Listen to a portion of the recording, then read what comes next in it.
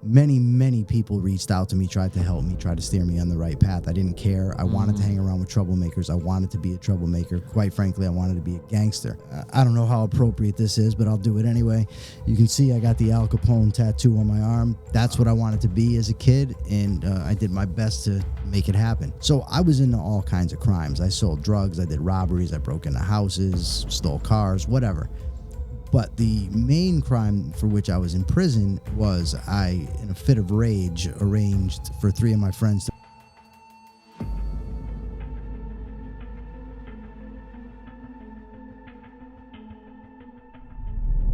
All right, ladies and gentlemen, welcome back to episode number 27 of the Jason Scalora Show. Here today with Mike Liebowitz. Welcome to the show, my friend.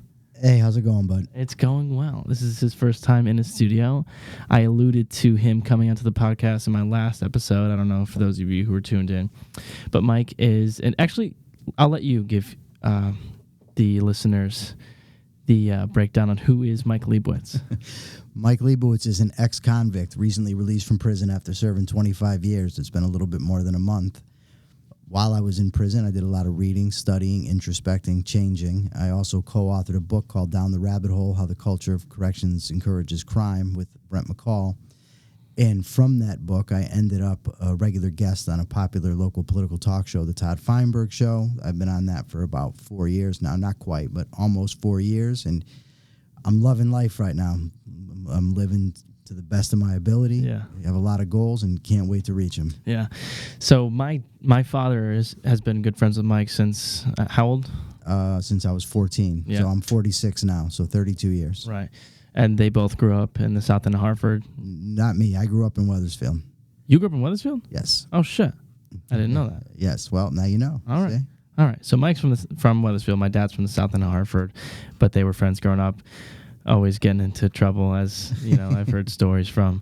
But I'm 21, and so Mike's been in prison for your whole life, my entire existence, and then some. And so, growing up, there was always a couple times, maybe a month or maybe once a month, give or take, where I would, get on the phone with Mike, and it was just a voice. It was just the voice of Mike, and usually you'd make me laugh or, just something like that. But it was always like in my head, I always had this preconceived idea of like, oh, Mike's from prison. Mike's just one of my dad's shitty friends that he grew up with because, that's my dad. And walking around this, going out to stores with my dad, going out in public with my dad, he knows everybody, and running into people. Oftentimes you ran into people that you looked at, you're like, something's up with this guy or this gal, and like, that they're not completely there and that there's some demons there.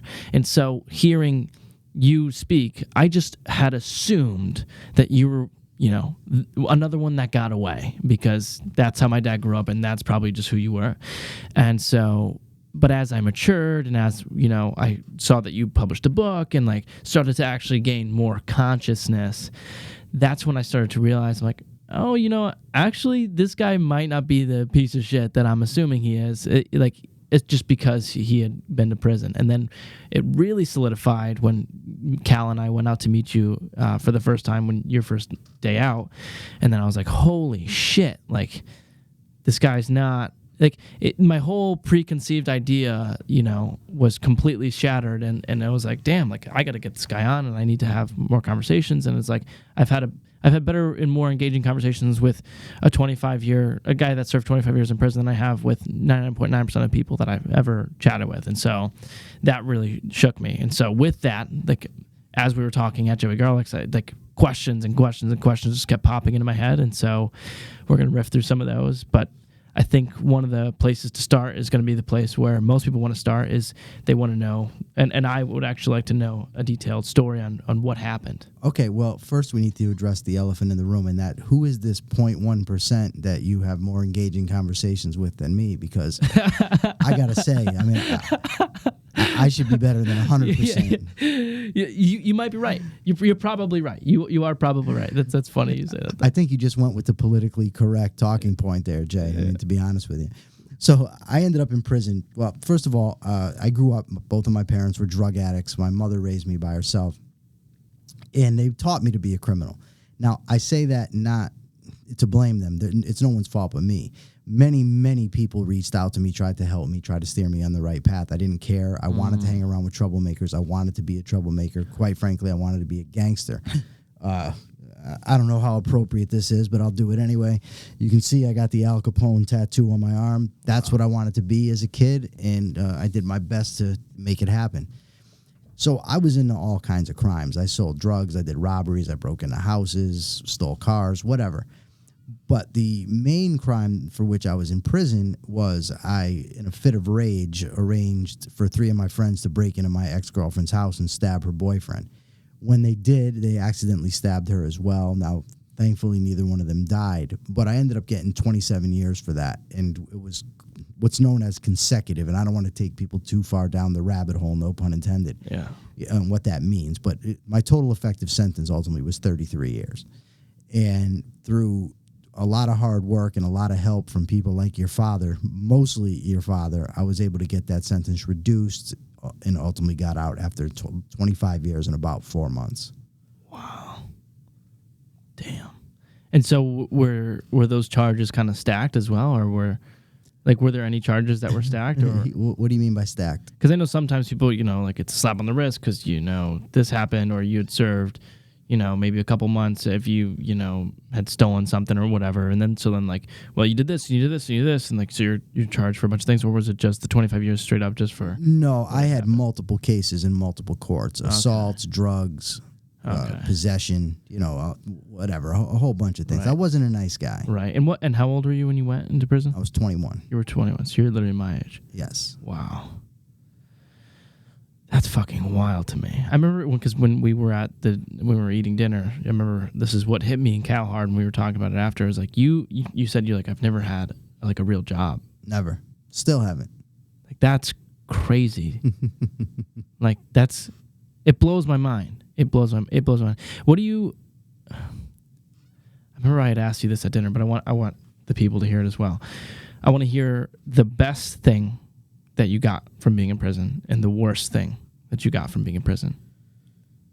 Whoa, that's a good question. So I would say the best thing I got is education.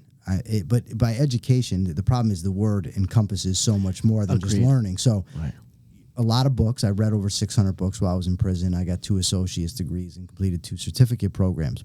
But on top of that, I had a lot of time to introspect, to really look at myself, to, do sentence stems and journaling. And I also had my best friend and another very good friend that we all held each other accountable and discussed and debated and went over issues. So I was able to really thresh out my views on life, on relationships, politics, everything you can think of. I mean, it's like I've told people, like, I can take the opposite side in an argument from a position that I hold thoroughly, and I can do pretty well because I spent a lot of time looking at all angles of all positions, and that's something that most people simply don't have time to do. Right.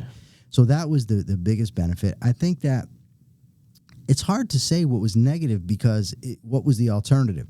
So I'm 21 years old. Right. I'm out of my mind. I'm carrying guns. I'm shooting at people for giving me dirty looks. I mean, I was not a good person. I was not well balanced at all. So the alternative to prison was death or longer in prison. You know what I mean? So if I had to say the worst part of it, I would say that the deaths, my mother committed suicide while I was in prison. My aunt committed suicide while I was in prison. My best friend committed suicide while I was in prison. And before my mother died, and this is probably the toughest thing for me, my mother told my father that he was going to die a lonely old man. And I wanted so badly not to let that happen. And he ended up in a motel room by himself, and he had a stroke, and he ended up in the hospital. And I'm just like, I can't be there. So my mother's curse basically came true. Thankfully, your father actually went and sat with my father for hours on end to make sure that he wasn't alone. And while obviously that's not the same as me being there, it was comforting to know that somebody was there with him, while he was passing away. So that was, I'd have to say, is probably the toughest thing, is not to be able to be there for people while I was in jail. Like your dad, for instance, I don't want to bring too much personal stuff of yours into this, but when he went through his divorce, it was very tough for him. And, I can call whenever the prison lets me call. It's not like I can just pick up the phone and say, hey, buddy, how you doing? You need me to come out? You want to go out, get something to eat, talk? So I can only be there intermittently, and to have to go through that's tough, because you want to be there for your friends, your loved ones, and you just can't be. Right. Wow. Damn. So what? Wow. What does that journey look like for you? Because I mean, you go into prison. It's not like day one you're like, it's time to get my shit together. I'm assuming. No, not at all. At first, I said, well, I'm doing all this time. What the hell difference does it make? I might as well get high. So I told my mother, I want you to bring me some heroin. And I know that sounds crazy to people, but when my father was in jail, my mother brought him heroin. When she was in jail, my father brought her heroin. The first heroin I ever got, I got from my father, so I knew that wouldn't be an issue. So I started having my parents smuggle me in drugs. And then I decided I didn't want to do that anymore. I started reading self-help books, motivational books. I wanted to be a better person. I'm sorry to interrupt. How does that? How do you smuggle in heroin to a prison? Well, there's a number of ways.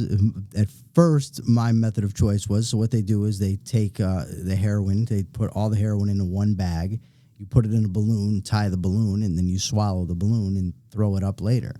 So that's what I did at first. Later on, someone taught me a different method where you just take it and put it up here in your gums, because when you're getting strip searched, they just say open your mouth. So you're under your tongue. They don't check up here. So I'd be having a conversation with the cop, and I'd have 10 bags of heroin up in my gum.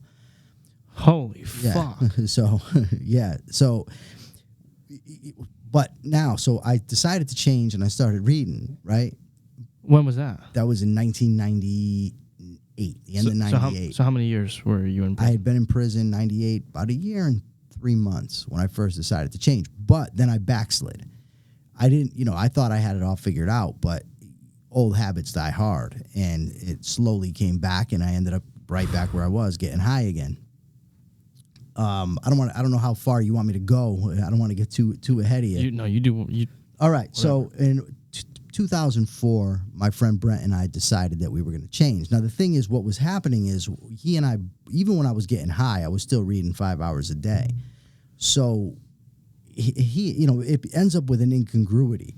The view of myself as a knowledgeable person, as a scholarly person, and what I wanted to do with my life, and the reality of having my mother bring me in heroin, it was just, ultimately it creates that cognitive dissonance. And when you have that, you have two choices. You either change the behavior or you change your thinking. And luckily, I chose to change my behavior.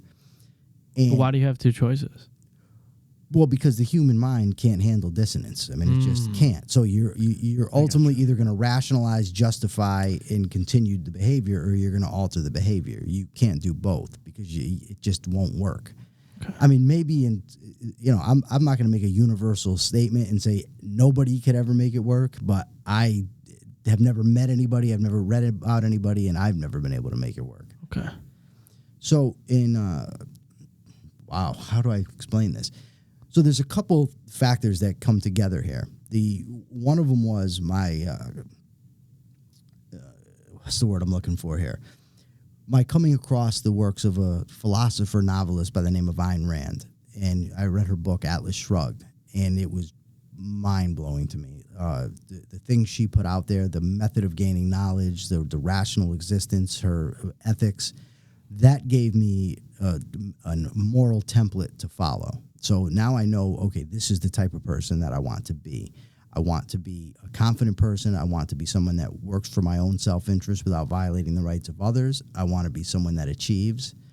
I want to be honest. I want to have integrity. So I want to be productive. So, I started working toward those things. Then I came across a book that Brent bought. It was called Inside the Criminal Mind by Dr. Stanton E. Samanow. And, we both were very, very skeptical. Like, who the hell's this guy? He's going to tell us what goes on in a criminal's mind. Then we read it. And reading it was as if somebody had drawn out a blueprint of the way that we thought. It was just spot on so many things. And he talked about what was necessary for a criminal to change. And he'd said that in order to become a responsible person, the criminal has to become a person of total integrity. You can't make any allowances for yourself. None. Not one lie, not one theft, nothing. Anything that you see in yourself that is even remotely wrong, you've got to stamp it out. And so now I'm armed with a moral code that I want to adhere to, and a guy telling me that you can make no exceptions. There's no exceptions. You've got to go on a straight line, and anytime you deviate, snap yourself right back into it. And ironically, that has led me to a lot of arguments with friends, with psychiatrists, with counselors at the prison, within programming, because, and Dr. Samanow points this out, they operate on a template of how a psychologist would treat the average client or the average patient. The problem is that template doesn't work with criminal offenders. It's like, it'd be like giving somebody an antibiotic for cancer. It doesn't work. But that's the paradigm that most people are operating from. You're being too hard on yourself. You don't want to feel guilt, give yourself a break. But that's a disaster inside a criminal mind, because you just take that and justify everything you've done. That's just what I've done my whole life. Can you give an example? Well, sure. It's not my fault that I'm the way that I am. It's my parents' fault. But the problem with that is that robs me of free will. And if I don't have free will, how can I change? What can I do? I'm at the mercy of forces outside myself. And if I have the habit of blaming those forces, then it just becomes all too easy.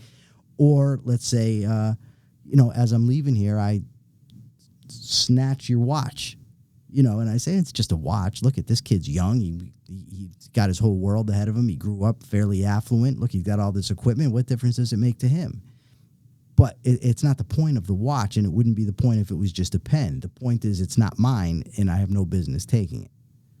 Okay. And you have to constantly, and in prison it's tough because basically almost everything, I shouldn't say everything, a lot of stuff that create the creature comforts in prison have to do with stealing stuff. Whether the creature comforts? Yeah, extra blanket, extra sheets, cleaning supplies. What do you mean by creature comfort? I mean stuff that makes your time in prison more comfortable. Got it. So you're talking blankets, you're talking sheets, cleaning supplies, sponges, soap, whatever. All this stuff is stolen. You can get yourself markers, tape, all sorts of things. But now I'm faced with the reality of, okay, and if I do that, then I'm violating what I'm trying to become. So you end up, Brett and I ended up eliminating more and more of these creature comforts from our existence. And when you're doing that, people around you are like, what are you doing? Like, what's the point of that? You're going too far. You're too militant. You're too extreme. You need to stop it. Friends are telling me that. Families tell me that. Everybody in prisons tell me that. And I know they're wrong. There's not a shadow of a doubt that they're wrong, but how do you convey that to people? How do you tell people, no, you're wrong? Because they don't get it. They're not criminals. They don't understand what it takes to change a criminal, so they just think they're giving well-meaning advice, but they're really not, and it's tough. So how long did that process take? Like, for you to get to the point, okay, like you're in prison at 21 years old, to getting to the point where not only do you have the mental fortitude, or like not only do you know all of these things regarding philosophy and personal truth, but also have the ability to stand up in the face of people that thought, exactly the way that not only would be easier for you to think, but the way you have thought for over 20 years with all that conditioning. What's that process? How long did that take for you to get to the place where you can actually say, I understand that you're coming from a good place, but I'm not going to take that advice? 28, so 7 years. I was 28 years old. Yeah. And it's not to say that it was just like this thing where, okay, now it's easy. It's still tough to this day. I still question my behavior. How much time should I spend with people? How much time do I owe these people to spend with them? Am I being too much to myself? Am I doing something wrong? You have to learn to balance these things, and I've never had to do that. I've never had social relationships. I was in a prison cell. My social relationships are they let you out for a couple hours a day, and that's around people you don't want to be around anyway. You know what I mean? But now I'm free, and, I've got a lot of people, like people that I knew before I came to prison. We've got to get together sometime. I've got people that have done a ton for me, like your dad. I've got family members that want to reconnect, and it's, I don't want to be rude to people, but at the same time, I'm 25 years behind, and I've got to get going if I'm going to be a success. So how do I strike that balance? And it comes down a lot of times to the morality. What's the right thing to do in these situations? And it's not always clear. Wow. And so, but how many years was that? From like you go into prison at 21. You say so 7 years after that is when you're at the point of, you know it's time to get into a straight line. Yeah, I use that as the date because that's when I stopped getting high. That's when I said, okay, I'm done. I got to make a commitment to be a better person. But it's an evolving thing. And, So it was 7 years in when you made the commitment. When I made the absolute commitment, I'm not gambling anymore. I'm not doing drugs anymore. I'm going to become a person of integrity. All in prison? Time. Yeah, sure. How? What do you mean? How? With what? You play cards, you make a bet. There's football on TV, you make a bet. You make a bet on baseball, basketball, whatever you want. What do you use to bet? Commissary. You can bet, everything you can buy. Soups, cakes, deodorants, meats, cheeses, clothing. Holy shit. That's crazy. See, it's so, I grew up in Wethersfield, Connecticut, and a good time, I saw how many fights at school, maybe like 5, throughout my entire time in high school. Like, it's so foreign to me, and I was actually listening to something yesterday, from this guy. His name's Iman Ghazi, and he's a 22-year-old, extreme success. He grew up, fucked up with a single mom, but just, terrible upbringing. And he's talking about what it takes to become a man and what it takes to become successful, and not just, money-wise, but successful in life, being wealthy in all the areas. And he's like, if you're not gifted with the tragedies of life that come along with being raised fucked up or whatever your sets of trauma are, then you have to inflict trauma on yourself, not in a way of self-destruction, but in a way of extreme self-discipline and and putting yourself in extreme environments mentally on a consistent basis where you have to struggle on an everyday basis. And so, like, for me, looking at this, it's like it in the best way possible. It seems like that was the best training ground for you to ever be gifted with. Well, sure, but far be it for me to disagree with a 22-year-old very successful person, but I disagree with him incredibly. And what I mean is this: the idea that discipline is trauma, or that focusing is somehow a hardship. Discipline and focus get you what you want in life. Those are good things. You should enjoy them. And maybe at first you don't, maybe it's tough, but if that's going to benefit you, if that's going to be the best thing for you, then why wouldn't you want to do it?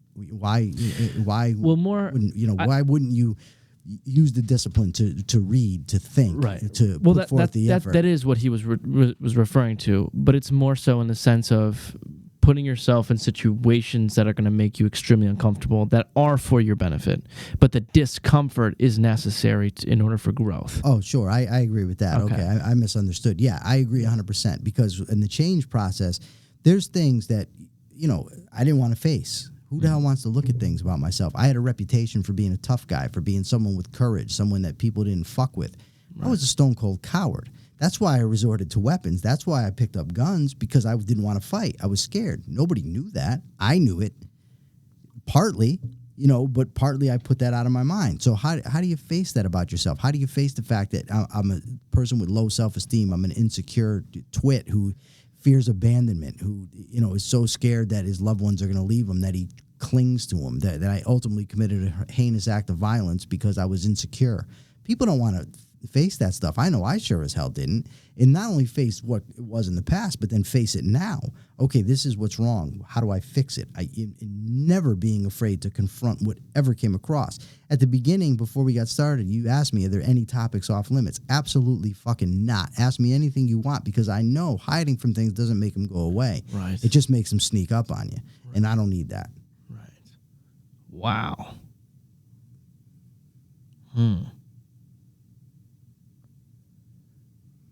Okay, so you're 7 years in.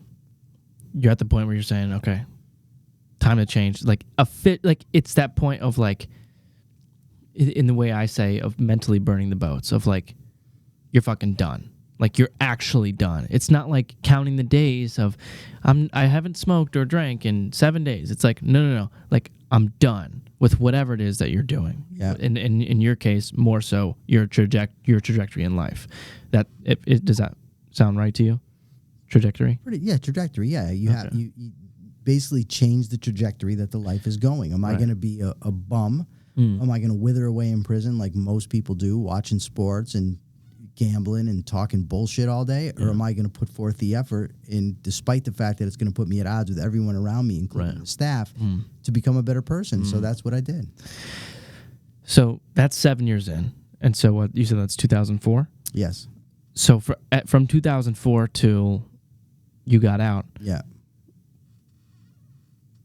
What did it take for you to be able to stand up to people? I mean, because I can't even, for me, right? For me, like, in the way that I can somewhat relate to it, more so just relate to the philosophy of rather than any of the semanticals. How do you get from that point of you're going to change to the point of not only am I going to change, but I am going to completely disregard what you're going to tell me, what these main influences on your life are going to tell you? Like your prisoner friends, inmates are telling you, okay, why aren't you going to, take advantage? Why aren't you going to steal? Why aren't you going to do these things that are going to get you, as you said, your creature comforts? What gets you to the point where you have the mental fortitude to not only be on the way up, but say no to the things that are going to bring you down? Because in my personal experience, it's like the parties, the girls, the drugs, all the peer pressure is what you're talking about. 100%. Yeah. Peer pressure. How do you get yourself to the point where you completely disregard what they say because you know what's best for you? All right. First, I'm going to share a quote, and then I'm going to tell you about a book. There's a quote from Ayn Rand that I absolutely love. I may get it wrong a little bit, but in essence, it's correct. She said, "I'm too afraid to be a coward. I see the results too well." And the point of that to me is I can cower, I can give in to fear, but then what's that going to do to me? What's going to become of me? I did that my whole life. I was always preoccupied with what everyone else thought of me. I wanted to create an image in other people's minds of what I was and who, what I would do if I was crossed. And it got me nowhere. And beyond that, it's so miserable. Always worrying about what's this guy thinking? What's she thinking? Who gives a fuck what they're thinking? Any more than they should give a fuck what I'm thinking. Who cares what's going on in other people's heads? It has no bearing on me. It doesn't affect me in any way. And what taught me that, in large part, was a book called The Psychology of Self-Esteem by a guy named Nathaniel Branden, who he was a disciple of Ayn Rand. And he had a concept called social metaphysicianism. And what it is, without getting too technical, is basically metaphysics and philosophy is the theory of reality, the nature of reality. So a social metaphysician, instead of looking to reality for what's true, instead of looking at facts, they look to other people. So if you and I are watching a show and I don't like the show, but you do, I look to you for your judgment rather than relying on my own.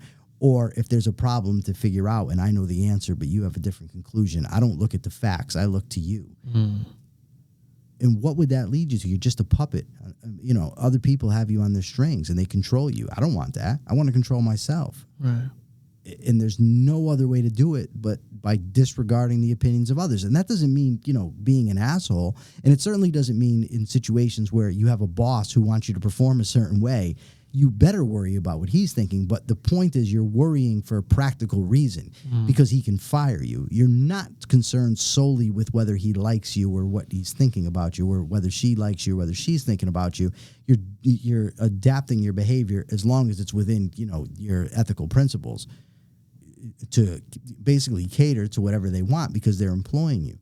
But when you're just talking about people standing around a prison or people at a party, who cares? What are they going to do? Not accept you? Not like you? Fuck them. Right. So, to me, what it seems like is you picked what you were more afraid of. Kinda, yeah.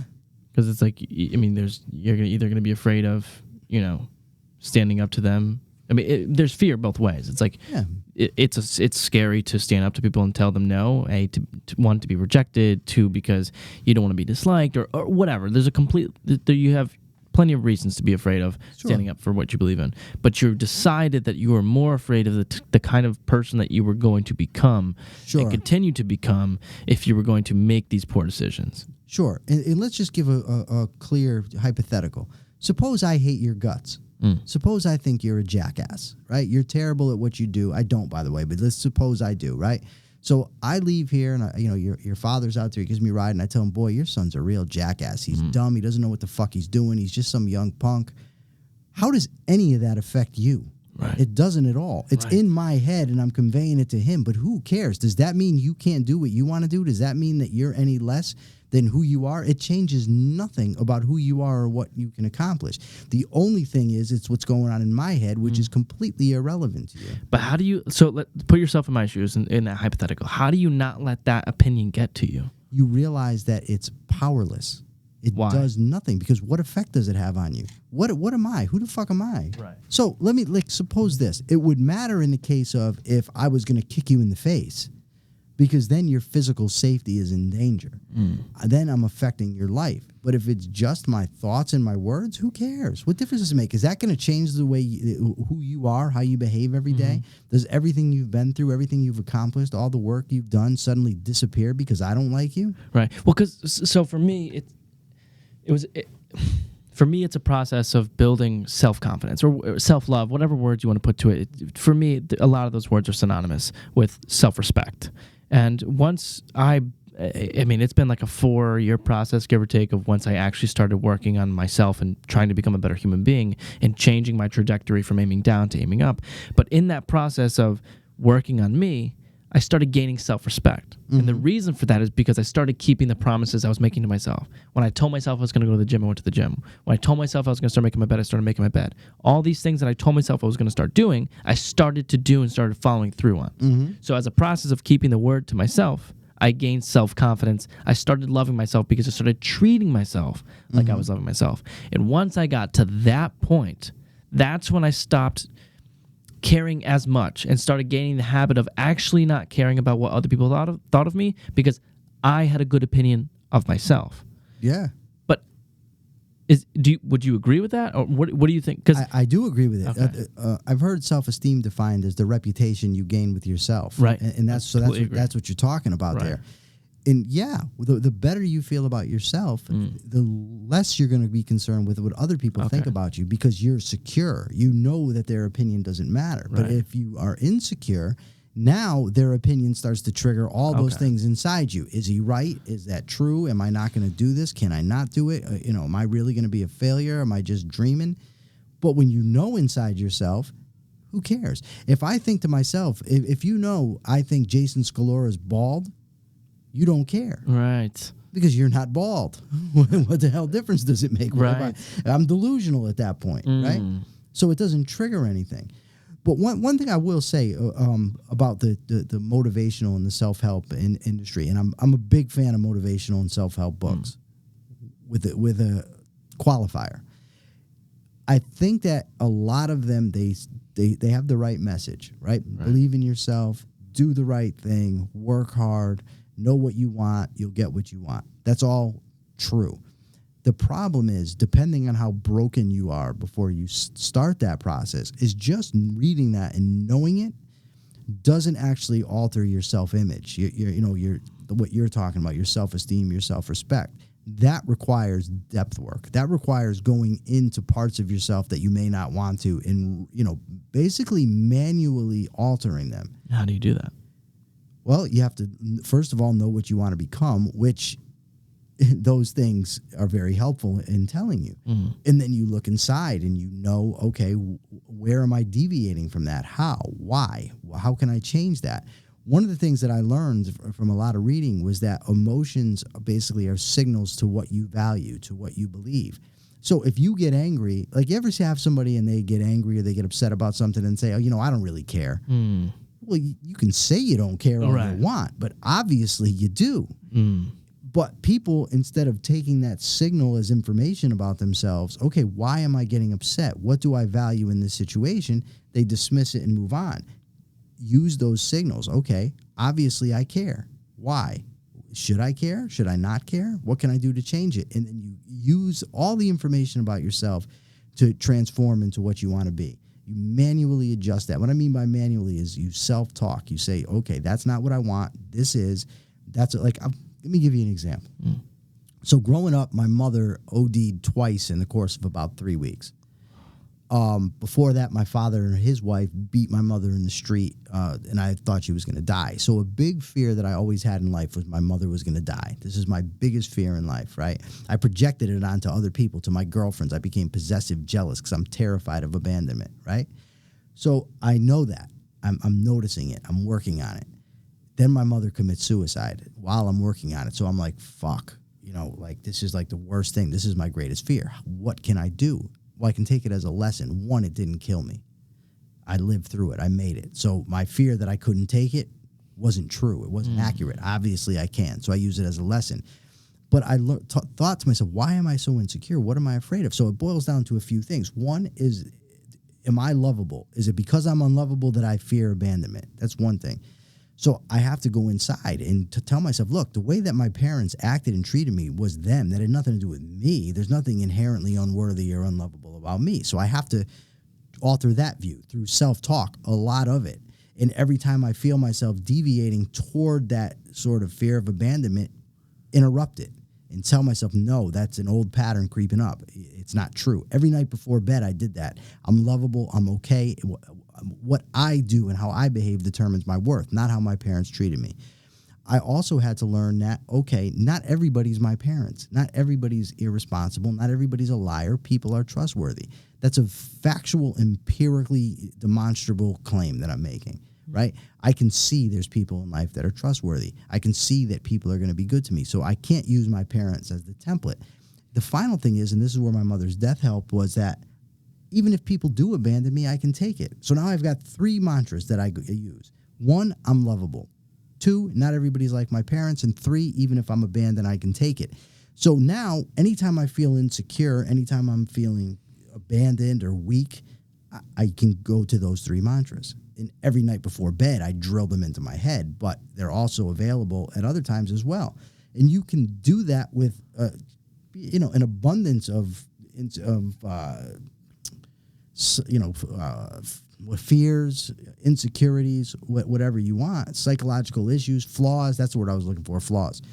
Any flaws you have that you want to fix, you use your internal signals to tell when they're triggered, and then you use self-talk to combat them. That takes time. It takes effort. It takes writing. It'll probably take some feedback from other people. Again, depending on how damaged and how broken you are. Right. Most people aren't where I was, so they're not going to have to do the work that I did. But you still have to do the real work. You can't just read As a Man Thinketh and say, okay, I'll follow this. I'm fixed. As a Man Thinketh is a great book. I probably read it 50 to 100 times. Yeah. But I know that's a surface level type thing that needs to be applied to the deep inside. Yeah, I'm a big believer in affirmations, but the only time that I believe you can use affirmations is when it's backed by discipline, when it's backed by action. Yeah. Because otherwise you're not affirming the truth. Because that's what for me, it was a big problem, because I was 3 years into actually being consistent as fuck with everything that I was doing, and I was still feeling insecure. I was still feeling like I wasn't on the path. And so then when I started saying, no, dude, like, you're strong.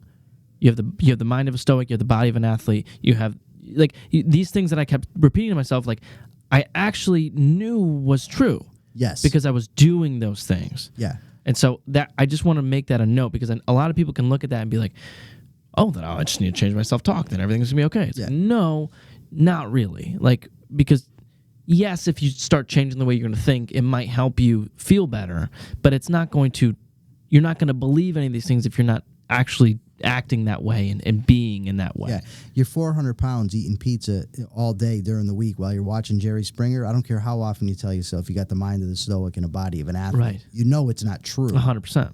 So it doesn't fit, and that's that incongruity that I talked about earlier. What you're telling yourself isn't matching what you actually are. 100%. And you can read right through it with people. Like, you could see it. That's why it's sure. It's always interesting when you see like a motivational speaker who's, really overweight. It's like, it's weird. It's funny.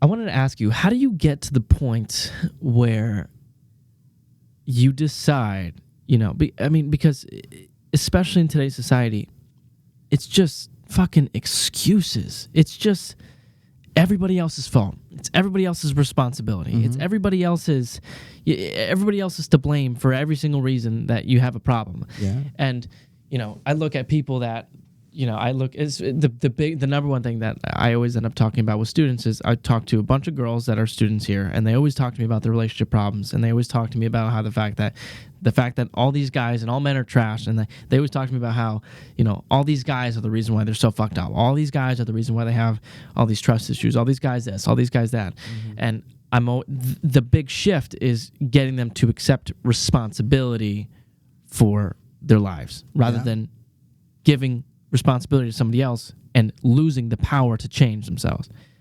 I think you're the perfect example of you can't give me one fucking reason why you can't take responsibility for having trust issues if you can take responsibility for all of this shit. How do you get to the point where you're actually taking responsibility? Like, how do you get, you and Brent, how do you get to the point where you've been in prison for 7 years and now you're deciding, now I'm going to take responsibility? What is that switch? Like, how do you turn that on? Well, it becomes, first of all, it's a fact. So if you're looking for truth, the fact is, in most cases, we're responsible. We're always responsible for how we act. We're not always responsible for what happens to us. Obviously, it's like I always tell people, look, you can exercise, eat healthy, do everything right, and die of a heart attack at 40. Right. But that doesn't mean you don't eat right and exercise. Right. Because you're increasing your odds. So you're responsible for taking the right steps. Doesn't mean you're always going to get the best results. As far as the excuse thing goes, don't accept them, don't make them. It's that simple. And you do that, and then you feel better. But as far as, I guess internally, I don't know. You said it was like a switch, but I think it was more like, the lights that you turn on and that you dim or you turn off. It's like a knob or a volume on a radio. It's not a switch. It's something that slowly happens. It's a continuum. Yeah, and I think that's where it came on the responsibility thing. That sometimes, there was a time when I took no responsibility, and I started to take more and more, and ultimately got to the point where I take total responsibility.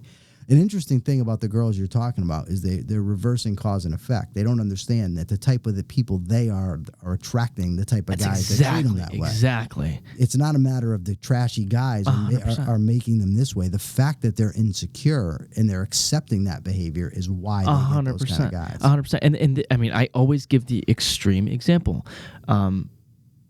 It's ironic because of my parents' situation, but I always give the extreme example. Like, if you constantly get into relationships with somebody that's cheating on you, like, it goes to that extreme where you're at fault.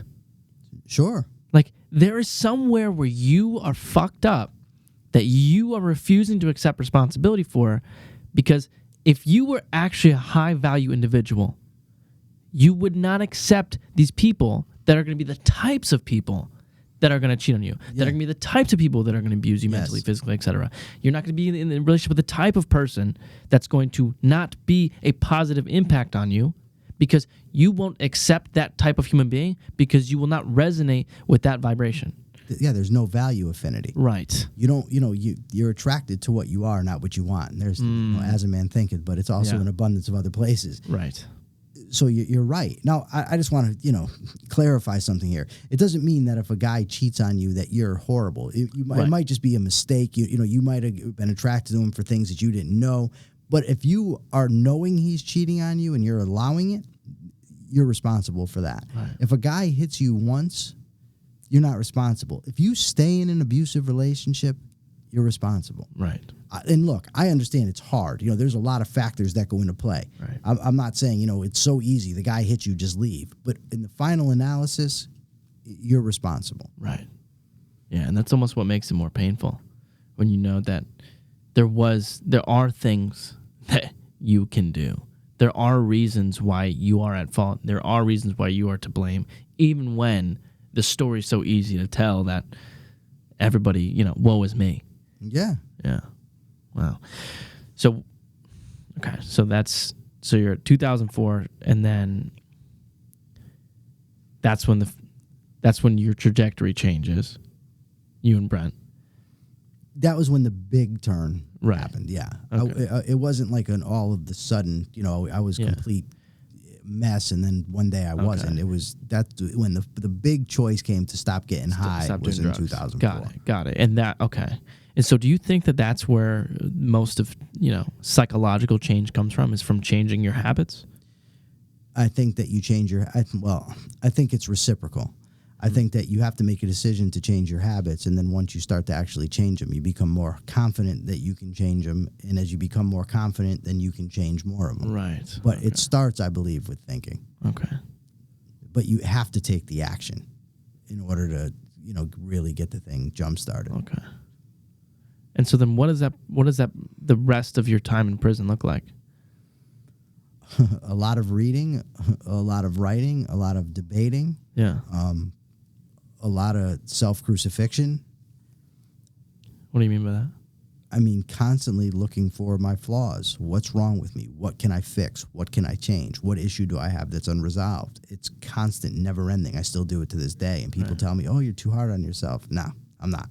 No. I'm good. It works for me. Right. I'm ultimately a pretty confident person. 100%. I'm a pretty smart guy. I think I've got a bright future ahead of me. Right. And I've gotten to where I am by never excusing myself for my flaws. I hate the saying. People say it all, oh, nobody's perfect. Fuck that. I want to be perfect. Right.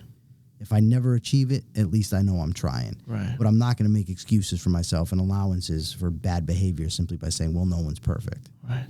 It may be a factually accurate statement. I don't know. I haven't met every person on the planet. Right. But I do know that an awful lot of people use that as an excuse for their shortcomings, and that I won't do. Right. So what was the biggest difference between those first 7 years and the rest, and in the other 18 years? Wow. If I had to pinpoint it, I would say the way I felt about myself. That my confidence was continuously growing. My behavior was getting better as well, along with my feelings. But the question was one thing, so I'm going to say it's the way I felt about myself. Okay. And so how did that affect your relationships with people? I would assume that it must have been hard because, I mean, I'm assuming it's easier for, a convict to connect with a convict rather than a stoic to connect with a convict. No, I would say that's inaccurate. I would say that people that are, well, it depends what you mean by convict. If you're talking about two people that are stone cold criminals, I would say there's really no connection taking place. There's superficial connections, but in the end, they'll stab each other in the back quickly. Right. But once I decided to change, then you're not going to connect with those people either. Yeah. But Brent was in the change process with me. Yeah. Well, when I say convict, I don't mean somebody that's in prison. When I say convict, I mean somebody that isn't on a good trajectory. Somebody that... Well, no, it wouldn't be. Because for the same reason that you talked about earlier with the girl with the boyfriend, is that people aren't going to be attracted to people that aren't on their same trajectory, that aren't have some value affinity with them. So while I'm changing, once I decided to change, I'm not connecting with convicts. I'm losing them as... Right. Acquaintances. No, yeah. Well, that's what I'm curious about is how does that play out? Because it's not like you're in a free society where you can just choose not to spend time with people. It's like how do you navigate with that? Well, it's also the case that a lot of these guys in prison, I mean, they're criminals, yes, but they're not breaking the law 24 hours a day. It's not like every time you come out, everyone's armed with a shank and it's stab or be stabbed. Yeah. So you're talking about that continuum. There's plenty of friendly people, nice guys that I talked to, that I built with, that I grew with, but only to the extent that they were not behaving in the criminal way. If you took someone at the extreme, I wouldn't associate with them. Right. I guess what I'm trying to search for here is I want to understand like how exactly you get like what does that journey look like for like being able to separate. I'm a 21-year-old kid. Kids in high school and college, like one of the hardest things to stray away from is from social norms. And like to me, like you serve as the prime example of that, of like I can't imagine how easy it is to slip back into terrible habits when you're surrounded by people that likely are at the pinnacle of having the worst habits, obviously. Yes, they do. But so how do you resist those temptations? I get like it's like you chose what you're going to be more afraid of and you didn't want to be a coward anymore, but how do you do that? Like I just don't understand. You ultimately learn the powerlessness of their opinions. They don't matter. They do not matter. And 99 out of 100, probably more, they're not going to put hands on you. They're not going to hurt you. They're going to call you a bitch, a sucker, whatever else. Yeah. Who cares? They're words. I don't care. I don't care what those people think of me. I couldn't care less. It doesn't matter. It has no bearing on my life. What your father thinks of me has a bearing on my life. Okay. He's been a phenomenal friend to me. I would be very hurt if suddenly he hated me for some reason. Right. Again, I think I could survive it. You know what I mean? Right. But it would still be very painful. What some convict thinks of me, who cares? What some dude at a party thinks, who cares? It doesn't matter. It has no power over you. None. Right. How would you relay that to somebody in somebody who's in, somebody similar to my shoes? Well, give me an example. I don't want to say anybody's names. Let's say there's a person and they want to get better. Like they know that they're willing to admit that they have flaws. Mm-hmm. They're willing to admit the reality of their situation and to its fullest. They're willing to at least go to that extent, but they don't know because they've had a relationship with, their girlfriend. They've had a relationship with their tight-knit buddies for, over 10 years. And none of those guys are awakened to any sort of level of consciousness and reality within themselves.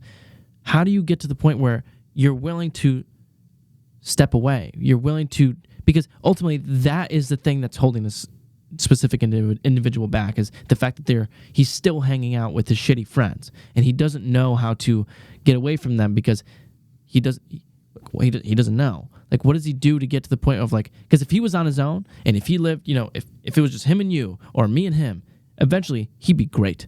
Like, things would be great for him. But he doesn't know how to get to the point of stop hanging around with his 5 or 6 buddies that aren't doing shit for themselves.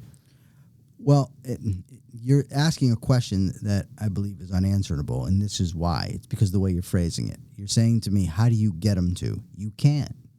You can never get anybody to change. You can't get anybody to do anything. He either wants to or he doesn't. And when will he want to? When the pain of staying like he is outweighs the pain he's going to have to go through to change. And until that happens, he won't. Now, there's things a person can do to sort of,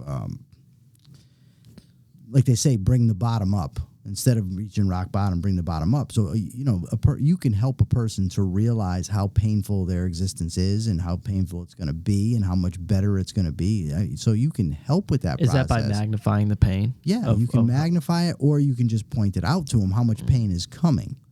Like, it might not be that bad now, but if you continue in this way, it's going to get a lot worse. But again, people told me that all the time, your father included. You're going to end up in prison. I didn't believe it. So, I didn't. How could I fix it if I didn't believe it? I thought, no, I'm smart enough to get away with crime, and I'll continue to get away with it. But if you can help someone to see it, if they can see that the change they've got to make is going to be better for them than what they are now, then they can do it. See, I believe that's one of my biggest flaws, is that I've heard it. I mean, I've heard the phrase a million times. I mean, you can lead a horse to water, but you can't make it drink. You can't force anybody to change. No. You can't. Right. But I think that there's a part of me inside that just still, I know it. Like, consciously I know it and I get it and it makes total sense, but I don't know what it is within me that just doesn't actually believe it. Like, my body doesn't believe it, but my mind does, if that makes sense.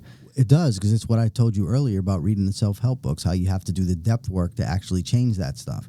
Because just because you consciously come to learn something doesn't mean all those subconscious patterns and habits are going away. You've actually got to change them, and it doesn't happen overnight. It takes work, and it's hard work. So direct that question at yourself, right? What do you have to do to change that about yourself? And that is the whole ball game, really, because you're looking at other people saying, how can I change them? But what about you needs to change? What flaws do you have? In what ways can you be better? And by doing that, your efforts will be much better spent. So it comes down to, okay, you now know, you're consciously aware of it, you told me, that you have this flaw that you think you're going to change people.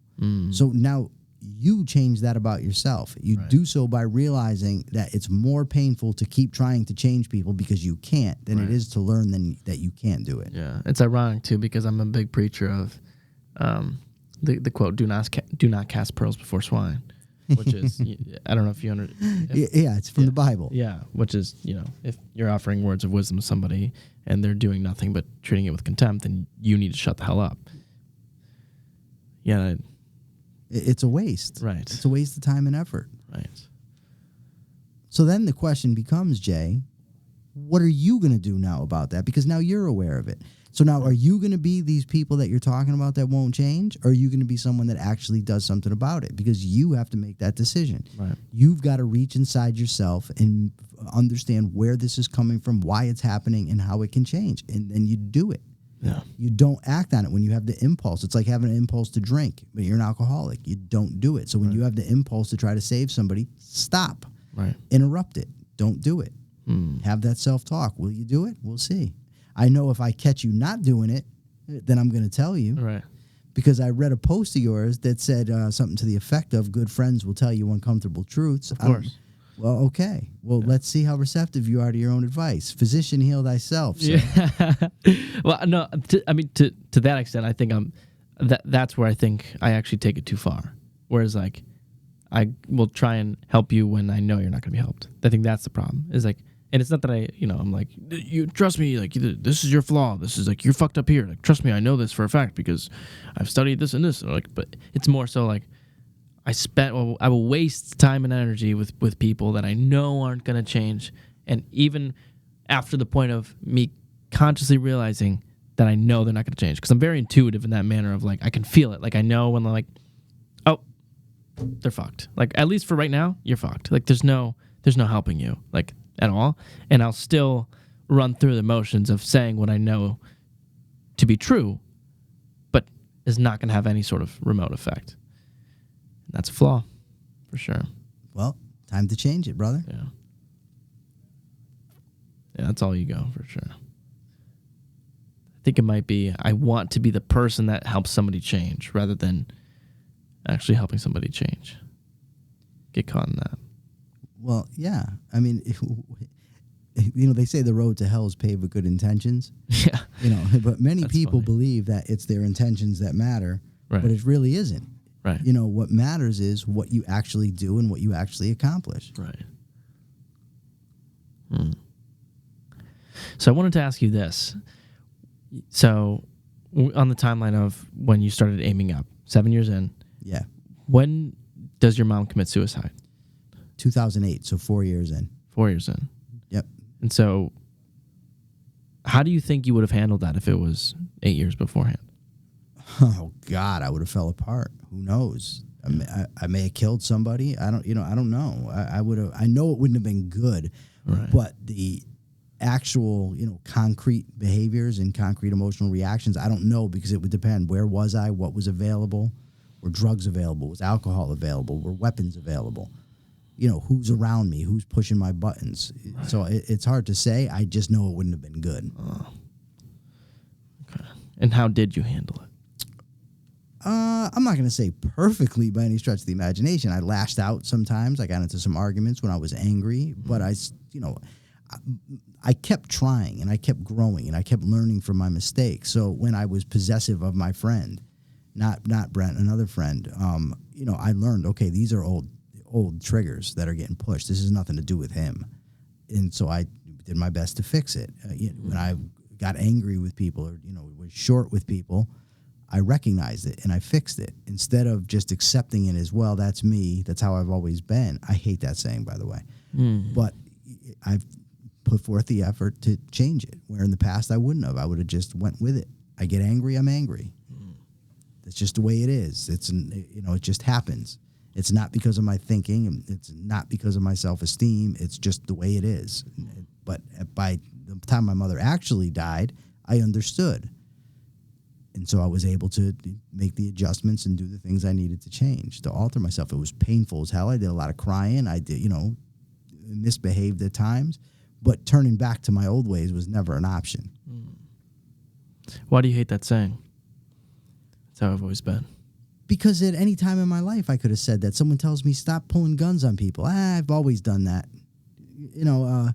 You're 400 pounds. Well, I've always been eating garbage. Stop eating garbage. Just because you've always been that way doesn't mean you have to stay that way. Anybody can then justify whatever they do. Well, I've always been that way. I can't. It drives me crazy when people say that. Right. Well, see, and this is where you and I had the conversation at dinner the other day. The difference between fault and responsibility. And I think it might be a conversation of semantics, but I want to just revisit that conversation. Just of essentially what I was talking about. Well, you brought up the fact that I had tweeted out fault and responsibility don't go together. When something is your fault, just because it's not your fault doesn't make it not your responsibility. That wasn't exactly what you tweeted. Maybe I should pull out the evidence. Yeah. If we're gonna have the conversation, No, absolutely. Oh, was it who you are is not your fault, but it is your responsibility. Yes. Yes. And my point was that in that context, the two are synonymous. Because if you're talking about being a good person, then you would never throw the word fault in there anyways. And if you're talking about being a bad person, then of course it's your fault. And then you ended up conceding and saying that would it be better to say that what happens to you is not your fault, but what you do about it is your responsibility. And then I said, yes, you're right. Okay. But then what is the difference between what happens to you and who you are? Well, who you are is what you do. If you kick me in my shin, I have no control over that. Who I am determines how I respond. Right. Do I walk out of here? Do I call the cops? Do I kick you in the head? Do I break your microphone? Whatever. There's all types of responses, and that's determined by who I am. You kicking me has nothing to do with who I am. Okay. So being in prison, how does that manifest itself? I don't follow. What do you mean? So, granted, I have no knowledge of what it's like to be in a prison, nor have I even visited a prison. But I would assume that there are constantly people trying to press your buttons. Would that yes, be that's safe to accurate. assume? Right. Yes. So how do you become the observer? How do you become the person that can take whatever treatment but still decide to act in a noble manner? Well, you have to you have to decide what type of person you want to be, and then make the decision to be that person. You have to know what behaviors are appropriate, which are inappropriate, and you act accordingly. It's not always easy, but what's best? What's going to be the best thing for me? And you make that decision every single day. Do you have any examples? Sure. I used to play basketball. I stopped because I realized how unproductive it was. But people will argue with you, call you names on the court, and you got to either respond or walk away. A guy asked me once to, smuggle something back for him. I said, no, you're such a bitch, because I wouldn't do what he wanted. Okay, this guy thinks I'm a bitch. First of all, who cares what he thinks? Secondly, what am I going to do? I could kill him. But then I'm just going to be in this place I don't want to be around this type of people for even longer. It's always comes down to what is going to be best for me. And once I know that, it becomes fairly easy to act. But the thing is I think where you're having a problem is you're thinking that in prison it must be so much different. But the principles aren't. The principles are the same. The examples are different, of course, because you're around a different class of people in a different environment. But the principles are the same. What other people think of you does not matter. It has no bearing on you. What other people say to you does not matter. What they say about you does not matter. If they're going to hurt you, that matters. And that is probably more of a likelihood of happening in prison than it is, out in the free world. Right. But it can still happen in the free world. Yeah. So you have to judge those things. If it's a legitimate case where someone's going to hurt you, you get yourself out of the situation as best you can. But otherwise, who cares? They think these things about you. They think these things about themselves. People are going to talk about you no matter what. A guy said to me in prison, nobody can say anything bad about me. I said, are you out of your mind? Do you really think that no one in prison says bad things about you? Of course they do. That's all they do is gossip and talk about people. Of course they're talking about you. They talk about everybody. Like you talk about everybody. Right. Not you, Jason, you, the guy. Yeah. So it's the same principle, Jay. It doesn't matter what people think about you. It doesn't matter what they say. If they're going to physically harm you or someone you love or deprive you of something that's rightfully yours, that matters, and then you have to act accordingly. Right. But just their thoughts and their words, who cares? It doesn't matter. It doesn't matter if you're in prison. It doesn't matter if you're at college. It doesn't matter if you're at work. It doesn't matter if you're doing a podcast. Okay. What made you think basketball was unproductive? Because you're constantly putting yourself at risk in prison playing basketball. One, they play like animals, so you're always taking the risk of getting hurt just by basketball. Secondly, they take it far too seriously. Their self-image is on the line in every game, so every time you step on that court, you're taking a risk of ending up in a fight, and then everything you're working for is out the window. That's why it's not productive. It can be productive if you, depending on who you're playing with. But if I was to say to you, hey, Jay, why don't you go round up 9 sociopaths and have a game, you would understand why that's not a good idea. Yeah. And that's what you have. See, that's weird to me. Can you? I'm just curious. I just want to know any other examples that you have, because like you have prison, which is, and obviously all men, and all these men are the most disagreeable men and the most,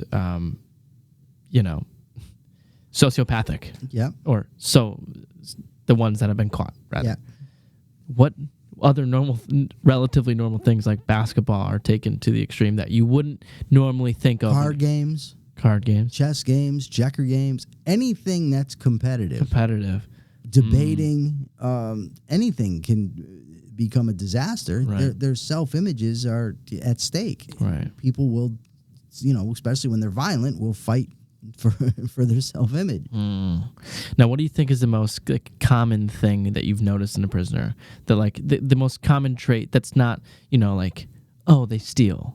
Like the most, because when you look at the psychological studies, the best predictor of whether or not somebody's going to go to prison is their levels of disagreeableness, which is in their big 5 personality traits. But like, what comes to your mind when you think of that? Like, when you're in prison, you're like, holy shit, I wouldn't think of that, but this is something that I see within most of these people that are fucked up. Well, I can give you a bunch of them, but if I had to say one, I would say their complete lack of regard for how their behavior affects other people. It doesn't matter. I want to do what I want to do, when I want to do it, and who cares who else is affected by it. And that manifests itself in whether they're blasting the TV, the radio, slamming dominoes, yelling, singing, and there's an abundance of ways in which they behave that way. But it's readily apparent that they do not care how they're affecting you. And it's not a matter of saying, fuck him, I don't care. It's a matter of it doesn't even enter into awareness. It's just, I want this, so I'm going to do it.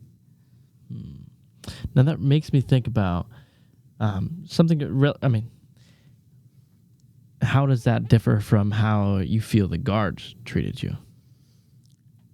Well, the guards, how they treat you, and prisoners fall into this a lot. They treat us so bad. They really don't. They're more indifferent and incompetent than they are mean. For the most part, they just stand around and do nothing and ignore most of what's going on right in front of them. So they're not really mistreating you. And even if they did, I wouldn't care. Like I say to me, oh my God, at least he talks to me. Who cares how he talks to you? It's the same thing. What the hell do I care? I don't respect him. What is he that I need to be concerned with what he thinks of me? Yeah.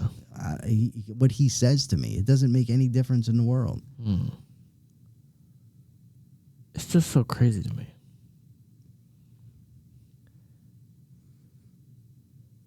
I don't know. There's been so many ideas that have just been completely broken down where it's like I'm like rendering right now.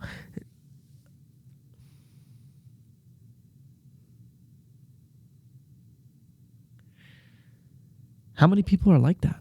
Like in prison, how many people like end up actually turning their shit around? Because to me, it's like I'm just sitting here thinking. I've only known 2 others. Like you've been okay. That have really turned themselves around. 2. I haven't known everybody that's ever been in prison, but I've known 2 that actually put forth the effort. Now, there's others that I think may have, not many, but I'm not sure. Because, prisoners wear masks, and they will act away, and sometimes the masks are even worn to themselves, so they'll think they're changed, but really aren't. And then you point out, and that's why it was so helpful for me to have friends that were on the same path, because there's things I'm not even aware of that they're pointing out to me. So there's others that are in the change, seem to be in the change process, but I'm not around them enough to know really that they are or aren't. But 2 I know for sure. And how long were they in prison for? One of them's still in prison. He's been in for about 27 years, and the other one did 24 years. Was in since he was 15, was just released recently. Wow. 15, yeah. In prison. Well, he was in MYI, the youth institution at first, when he first came in, but then when he was 18, was sent to the big prison, yeah. Did he do something when he was 18? What do you mean? When you're 18, they will send you out of the youth prison to the adult prison. For something that you did when you were 15? Yeah. Holy fuck. Yeah, he was given a 45-year sentence when he was 15. Holy shit. That's fucking crazy. I'll show you a picture of him. Hold on. Are you allowed to talk about what he did or no? I can. I don't know what benefit that would be, but if you want me to, I mean... I'm just curious. He broke into a woman's house. He was planning on stealing something from her, and he ended up hurting her. He ended up assaulting her. That's him reading my book. Holy shit.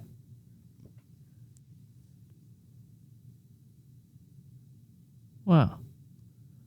I'll put this up on the screen, but that is fucking cool. He kind of looks like 6'9". I don't know if you know. You definitely don't know who. Good one. No, I don't. I'm gonna send this to myself if you don't mind. Yeah, I don't care. So I'm gonna put it up on the screen when I edit the podcast. It's on Twitter already, so, and probably on every other social media outlet there is. What was the difference for him and the other guy? What do you mean? What made him change? Yeah. Probably the same thing. You just end up sick and tired of yourself and want something better. Now, did you know him before he decided to change? Yes and no. And what I mean is he had decided to change, but he had no idea what he was doing or how to do it. So, you know, he was haphazard at best in his efforts to change. But once he met me, then I was able to supply him with the same books that Brent and I had read. I was able to mentor him, you know, through conversation, you know, basically show him the ropes on what he was doing wrong and what he could do better. Wow. That's really cool. It was. So what do you notice a difference in the percentage of people, for lack of a better term, that actually are aiming up in life versus being in prison versus being in the real world? It depends what you mean by aiming up. I think most people, inertia guides their existence. Say that again? I think for most people, inertia guides their existence. They are what they are. It's not really through any intention. They were raised a certain way and had certain experiences that have shaped them, and then they just go on with their lives. Do you think it's the same way in prison? Sure. I think, yeah. I think most of those guys, most guys in prison grew up, you know, in a certain environment and around certain people and just accepted it and, you know, let it become who they were. Of course, it's their responsibility. It always is to change it. But most people, in my experience, don't. They just, you know, like I said, it's that saying from before. I've always been like this. Yeah. Huh. Now, what's the most profound difference from being inside a prison and being out? Obviously, besides the fact that you have autonomy.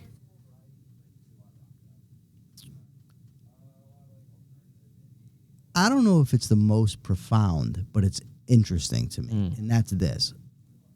When I was in prison and I would call the radio show, there were a lot of people that would call up and say, he shouldn't be letting me on, I'm no good, I'm this, I'm that, you know. When I got out and actually met some of those people and they saw me face to face and interacted with me, they changed. Now, it's a small sample, you know, so I don't know, you know, how much we can extrapolate from it, but I will say it's interesting how different people treat me when they see me. I guess they have this view in their head or their image of what I'm going to look like, and then they see me and I'm small, I'm unassuming, you know, I'm soft-spoken, so, and then it's like, oh, wow, you know, this is a totally different guy than what we thought. So that's been interesting. I don't know if it's the most profound, but it's definitely something that I noticed. Okay. See, yeah, I mean, I definitely fall prey to that. And I was actually talking to my cousin who's a commanding officer. Is that the right word? He's a correctional officer. Correctional officer. Yeah. Well, he's a corrections officer. And say it again. Correctional officer. Correctional officer. Correctional officer in a prison. And I was having a conversation with him, and we were just talking about, you know, the traditional idea of who these people are that are in these prisons, and he was really breaking it down and helping me understand. It's like, they're fucking people, you know? Like, you have this idea that there's these animals in these fucking cages because you don't know what it's like, because I grew up in Weathersfield, Connecticut, in a good time where there was, you know, no wars going on, no bullshit going on, very little to worry about. And so you have this idea that there's some other world that you know just exists completely out of the one that you live in, and then you get to meet people like you and you understand like they're fucking people, you know, and a lot of these people aren't horrible human beings, although they've done bad things. Well, hold on. Let me just say that I don't know exactly what's meant by their people because I assume you already knew they were people. Yes. So my problem with it is what's usually the subtext when somebody says that. Now, if what is meant by people is that they're people with potential, they can be better, they can do better, I agree 100%. I would say but if what is meant... Hold on. Yeah. If what is meant is they're just like you and me, not you and me, I mean your cousin and you, no, that's dead wrong. And to make that mistake is disastrous. In what way? What do you? Well, because the criminals are not just like you are. Yeah. You would never, I imagine, think about putting a gun in someone's ribs. You would never think about hitting somebody with a hammer. You would never think about shooting somebody. To me, I could hang. And when I was... that way, I could hang out with you at a party, get along with you all night, then put a gun to your head and take every dime on you. And there's a lot worse than me. So to think, well, they're good people, they're just like, no, they're not. They're not good people. They're bad people. I was a bad person, but they do have the potential to change. Okay. Fuck. It's like scary to think about. Like that shit happens. Wow. I'm fucking naive, huh? Yeah. I think that there's some truth to what that guy said from earlier. Yeah. The 22-year-old guy. Yeah. I can't remember his name now. His name's Iman Ghazi. Yeah, that when you overcome stuff, you do have a better perspective. Yeah. But at the same time, so what? So if I ever had kids, I should treat them poorly. Right. You know what I mean? Of course not. Exactly. You do the best you can. Like, I don't think it's a bad thing that you had parents that loved you, that took care of you, that, wanted the best for you. Like, what am I supposed to say? Oh, Jason, what a loser he is. He had good parents. No, of course. We all want good parents. We should all want to be good parents.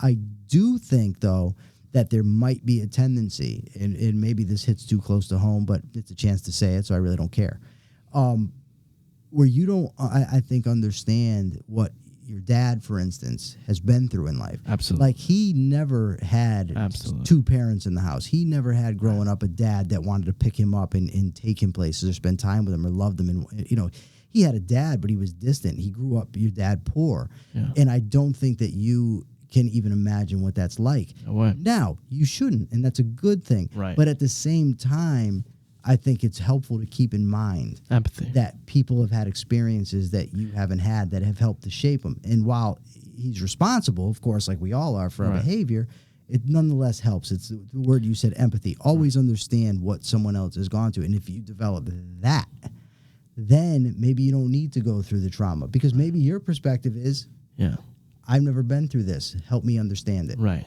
And 'cause to me, like, I've been constantly battling with this idea that it's just the fact that I'm chosen to live this kind of way, because all of the things that I'm doing that are making my life better are self-imposed. There was no desperation. There was no, you're in prison now and you've hit rock bottom. Mm-hmm. What the fuck is rock bottom? You know what I mean? I grew up in Weathersfield, Connecticut, in a middle-class neighborhood, like a good life. Like, how the fuck am I... To me, and I've heard this described by many people that live in the middle class in America, is that people that grow up in middle class have it the worst when it comes to ambition, because you're complacent. But you're not.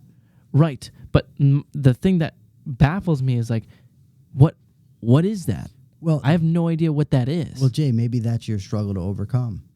Maybe the struggle is that you've never had the real, difficult struggles. Maybe that's what you have to learn. Learn to empathize with those who have, while not making excuses for them. Right. And that's not easy, because your tendency is, not you personally, but everybody is, oh, look how bad he had it. Well, so what? Viktor Frankl had it pretty bad. You know what I mean? But he came out, he survived, and he was still a good human being and a very wise one. Right. But that can be your struggle. I've never been through these things. Help me understand. Yeah. And then that is something to overcome. Right. But to me, it almost feels like weak to even acknowledge the fact that it's such a struggle to... Why would it be weak? not weak, but I would say it's not a story anybody really gives a fuck about, but it's going to be a story that I think a lot of people are going to resonate with. But which it's is your story. Right, Do exactly. you care about it? Yes, of course. Okay, of course. so listen, this goes back to the stuff we talked about earlier.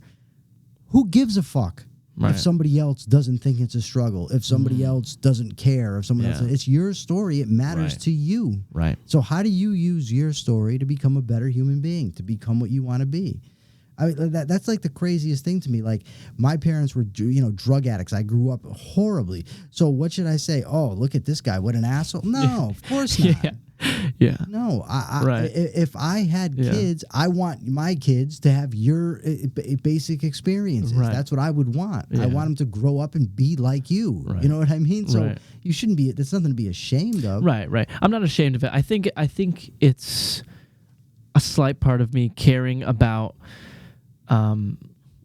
definitely a slight part of me caring about, wanting to have a story that's easy because you look at somebody like David Goggins and he could fucking give his story and it resonates or a story like yours and it resonates deeply to the core of anybody that has any sort of issue, except that issue is magnified, therefore excuses are squashed, right? And so to me it's almost like I don't have a story like that. So to me it's almost like not that I wish I did, because obviously I don't wish anything else. Like, I'm glad I'm where I'm at because it's brought me to where I am.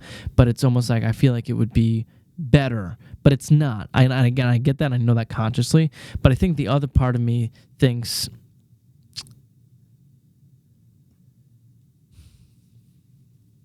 how do I put it? The other part of me thinks it would be almost more, I would feel like I earned it more. Okay. If there was rock bottom, if there was more struggle there, if there was more hardship there. Okay. So I feel like there's a part of me that doesn't feel like I've earned it as much because my starting point, quote unquote, was better than All right. others. Well, let me ask you a question. Did your mother and father teach you how to run this video equipment? No. Did they teach you how to hook this system up with a microphone? No. Did they teach you how to do an interview? No. Because you're doing all those things. So how didn't you earn it? I did. Okay. So you did. Hold on. So don't run from that. Don't. I did because the butt's coming, but it doesn't need to. You didn't have my life. True. I didn't have yours. But I also had opportunities that I didn't take. I also didn't put forth any effort. You have. So it's important. And it's like I don't know what it's called, but like a thing balancing is you do want to recognize that you've had a good life. You want to recognize that other people haven't, so that you don't, look down your nose at them. But at the same time, that doesn't diminish your accomplishments. It doesn't diminish the work you've done on your character. It doesn't diminish what you've learned, and it doesn't diminish what you're going to accomplish. So you try to always keep those two things in mind. It's like with my self-improvement. I always want to get better, but I don't only want to focus on the fact that I want to get better, because then I'm going to be looking at the shit I am. So I'd like to look back, look how far I've come. But whenever I get complacent, then I say, okay, but look how far I want to go. So I can always look at both ends, and I think you can use that analogy for your situation. Acknowledge, yes, you've had it easier than some. Not everybody, but you have had it easier than some. But at the same time, look how much work you've done. You look at it both ways, and then you grow and you just become better. And I think you're doing that, and I think it's a good thing. Fair. He makes a valid point. He does. Yeah. I think it's easy for me to, especially when my TikTok page was performing really well, just there would be, on once a week, there'd be a video that had over, like 10,000 comments or something like that, like cumulatively. And, an overwhelming majority of them was like, who the fuck is this, teenager trying to tell me what's going on? He's white and it's clear he has like a whole setup, like how he didn't have the time to build that income to get that. So to me, like those things eat at me. But then the second I remind myself, like, I don't give a fuck about your opinion, then like everything washes away. But the point of the matter is kind of circling back to where we started, is like the only way I'm going to be able to turn off that opinion and my radar saying, well, I should care what, fucking Sally Pants 22 is saying on my TikTok comment section, is going to be the fact that I have a good opinion of myself. And that's where it all originates from. Yes, sir. Yeah. Absolutely. All right. I think it's a good place to wrap this bad boy up. Beautiful. I'm certainly going to have you on again because I didn't even open up my phone to look at the questions that I actually had prepared. But I definitely want to talk about the book next time. And I definitely want to talk about the corruption within the prison and the commanding officers and all that good stuff. I appreciate you coming on. It's been a hell of an episode. Anytime. Thank you for tuning into episode number 27 of the Jason Scalora Show here with Michael Liebowitz. Love yourself because I love you, and stay handsome. Peace. All right. Look at that.